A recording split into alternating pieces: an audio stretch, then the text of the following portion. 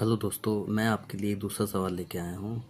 ये क्वेश्चन जितने भी मैं जो बता रहा हूँ आपको, ये सारे रेलवे एग्ज़ाम में आए हुए क्वेश्चन हैं, अभी लेटेस्ट। आप चेक भी कर सकते हैं। देखिए इसमें क्या है, एक फल विक्रेता 1 रुपये में 32 संतरे बेचने पर 40% की हानि होती है। उसे 20% लाभ कमाने के लिए 1 रुपये में कितने संतरे बेचने होंगे। देखिए ऐसे क्वेश्चनों को मैंने आपको पहले भी बताया है कि हम लोग रेशियो मेथड से सॉल्व करते हैं।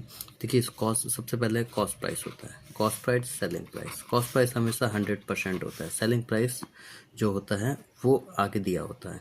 एक फल विक्रेता 1 रुपये में 32 संतरे बेचने पर 40% की हानि होती है। यानी जो फल विक्रेता है उसने 1 रुपये में 32 संतरे बेचे तो उसको 40% की हानि हुई। तो सेलिंग प्राइस कॉस्ट प्राइस 100% होता है, तो सेलिंग प्राइस 40% हानि हुई, यानी कि उसने 60 रुपये में बेचा। अब वो कह रहा है कि उसे 20% लाभ कमाने के लिए 1 रुपये में कितने संतरे बेचने होंगे। तो सेलिंग प्राइस फिर से चाहिए उसको। तो 1 रुपये में कितने संतरे बेचने होंगे कि उसे 20% का लाभ हो। तो कॉस्ट प्राइस 100% होता है, तो 20% का लाभ हो गया 120%।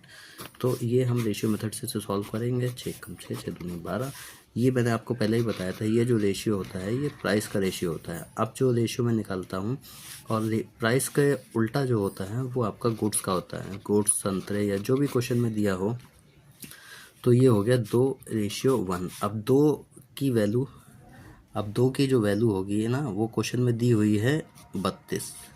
तो 1 की वैल्यू कितनी हो गई, 16।